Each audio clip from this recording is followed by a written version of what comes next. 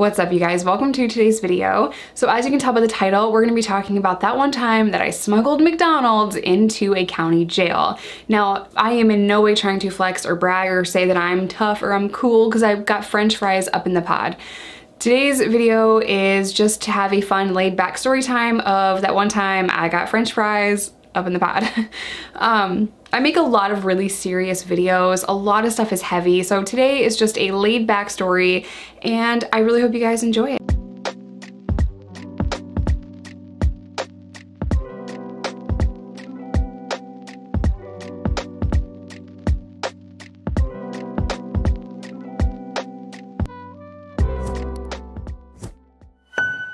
Okay, so this happened in Fort Smith, Arkansas in Sebastian County Jail.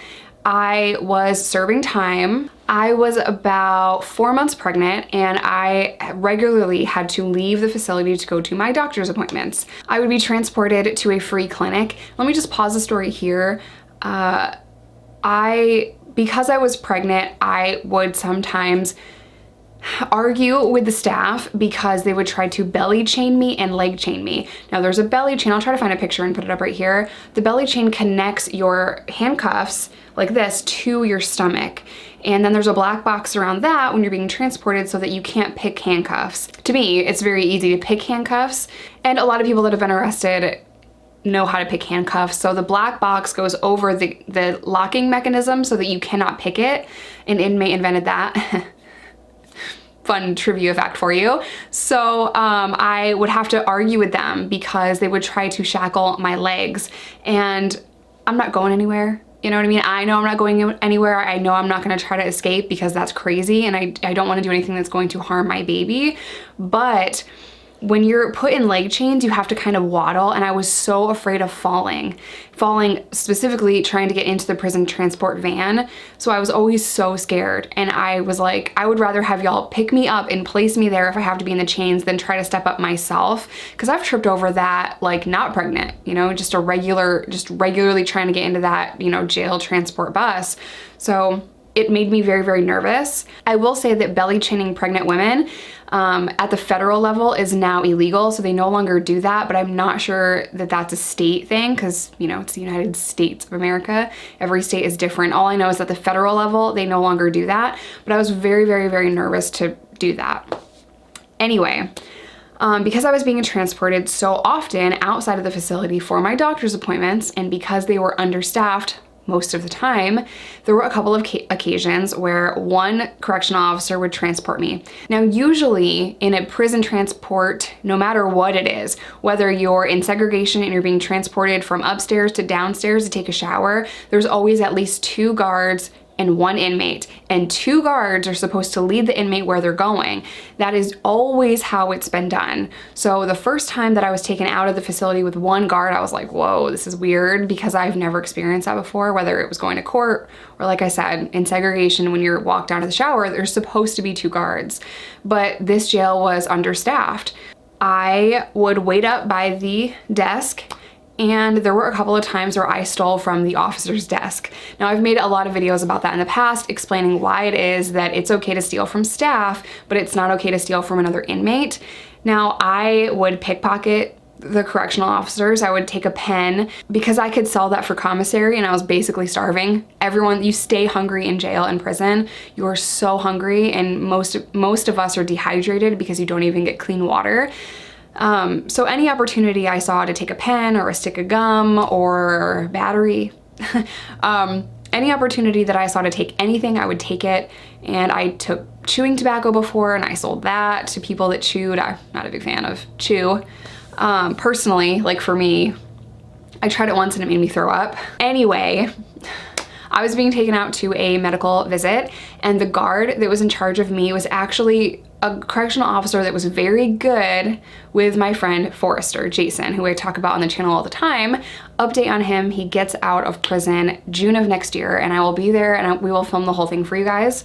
But he's very good with Jason and this correctional officer would pass notes between me and Jason back and forth and messages back and forth and, you know, he was kind of like our homie on the other team, you know. We are sitting in the waiting room of the free clinic and I'm waiting to go in to see the doctor. and I just wanted to see if he would let me use his phone to check my Facebook. So I was like, yo, bro, let me get that phone.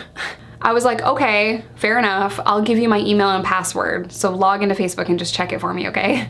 And he did, and I'm sitting there and I'm like, can you just please tell my mom, her name is Susan, please tell her that I love her and I will call her as soon as I can get the money to pay for a phone card. And he did that, and then he logged out. So I was like, oh my gosh. First of all, so grateful for that, because it was very difficult for me to pay the money to phone home. What am I, ET? It was very, very expensive to be able to call, especially because I was in New York and my mom was in Arkansas. So eventually my mom had her New York phone number, her New York area code changed to an Arkansas area code so that the calls were a little bit cheaper.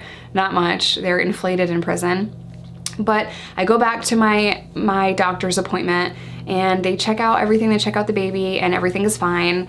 And the doctor tells me, you need to drink water, you have to drink as much water as you can. So now I'm like really scared because the county jail water is dirty, and I had to orchestrate a plan to get clean water. So I'm like, okay, I'll do my best to drink water, you know, knowing that they only give us 1 cup of really grossly diluted Kool-Aid every day and like a little thing of milk. So I was just nervous, you know, drinking from the sink in prison or in jail is just not good. The water is so gross, and I can't even really explain it, but it made me scared to drink that because it's like, I have to drink water to keep the baby healthy and to stay hydrated. But if I drink this water, it could be contaminated and that could hurt the baby. So every single second I was in jail pregnant, I was terrified of something, even the water. So we get done with the visit and we're walking out, and I just said, oh, I'm so hungry, you know, because I was just always hungry. I didn't necessarily say it to him. I just kind of said it out loud because I was just really hungry. We might have missed lunch, you know, and he said, well, what do you want? And I'm like, shut up. Yeah, right. He's like, no, what do you want? We can stop and get you something. And I thought, I'm sorry, what? You can stop and get me something? And I just stood there for a second and I'm like, I would really love a cheeseburger and a milkshake. So he smiled at me and he said, okay, I think you've more than earned a cheeseburger and a milkshake. I couldn't even imagine being in here pregnant.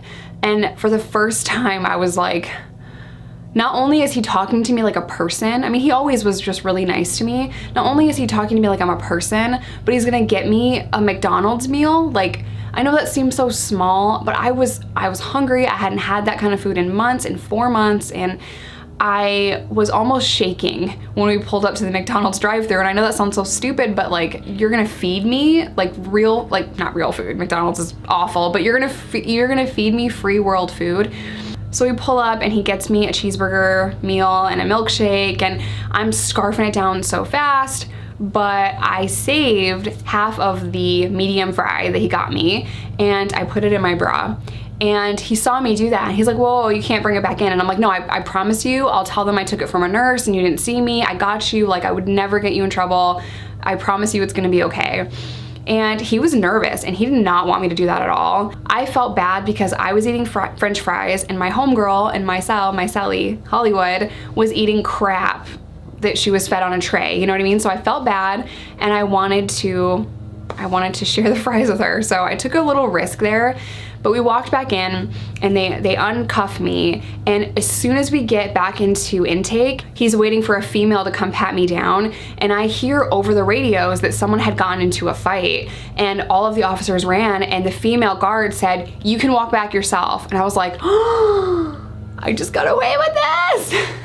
I got away with this. So I'm waiting to get buzzed back into CD pod, which is the female pod, and I'm standing out in the hallway and I'm watching the guards like run past me to break up this fight, and I'm just like, please open the door, please open the door. So they open the door, and then there's a door, a little tiny guard station, like a mini desk where they keep like pens and stuff, and I'm waiting for that guard to buzz me into the second door.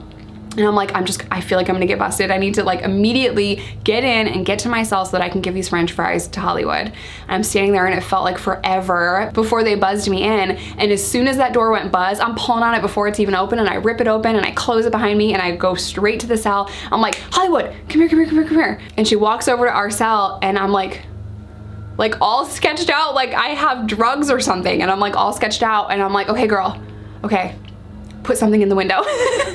Like, I have to hide that I have a McDonald's box of fries, you know what I mean? So we put something in our little cell window, and I was like, girl, and I pull out french fries from my bra. I mean, they were still in the box and I had put them in a bag, but still I pulled them out of my bra, and she's like, oh, what? Thank you. Oh my God, how did you get this? And I said the guard's name, and I said, he took me. And she's like, girl, that's crazy. And just watching her eat those fries made me happy because, you know, she had been in a facility prior to this one. She hasn't even seen the outside world in so long, and it just made me happy to give her french fries, you know? So just to talk about that officer a little bit more. My neighbor just started mowing the grass. I'm sorry if you can hear that in the background. The correctional officer that gave me the french fries that day, he ultimately got fired, not because of that, but because of some other set of circumstances.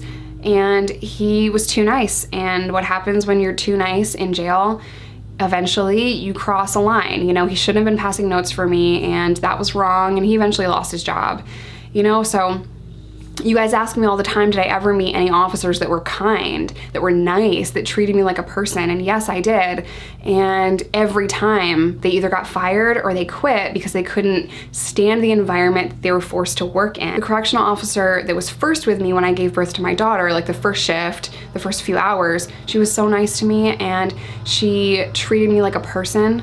She was replaced by other guards that did not, but you know, I'll never forget her kindness. I will never forget the guard that gave me french fries. I'll never forget his kindness to me. And there are really good correctional officers that care and that want to make a difference. I do know that yes, he broke the rules of the jail, but he was a really kind-hearted person. And I think a lot of inmates took advantage of that. I certainly did, and you know, taking the french fries from him or asking him to pass notes. That's just the jail environment though, so it really sucks, and I hope he's doing well because he really was a nice guy. So I'm gonna end today's video here. I love you guys. Stay safe, stay sober, do not break the law, and I will see you in my next one. Oh, I have to sneeze. Ugh, I had to sneeze that whole time. I don't like how I look in the viewfinder. I'm just gonna throw that out there. Are you gonna mow the grass now? Dang.